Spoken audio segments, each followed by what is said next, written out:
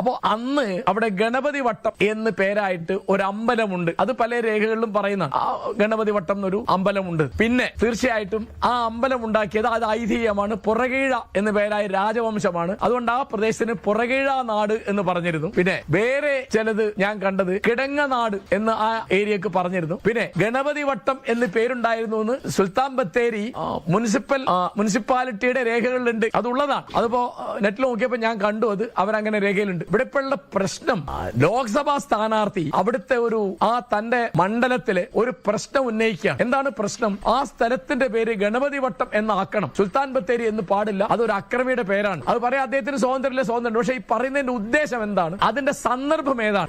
എന്ത് പറയുമ്പോഴും അതിനൊരു സന്ദർഭത്തിന്റെ ഔചിത്യം എന്നൊരു സാധനം ഉണ്ട്. അനേകായിരം ജനകീയ പ്രശ്നങ്ങളുണ്ട്. ആ ജനകീയ പ്രശ്നങ്ങൾ ഒന്നുപോലും ഉന്നയിക്കാതെ അതിനു പകരം എളുപ്പത്തിൽ വൈകാരികമായി കത്തിപ്പിടിക്കുന്ന ഒരു പ്രശ്നം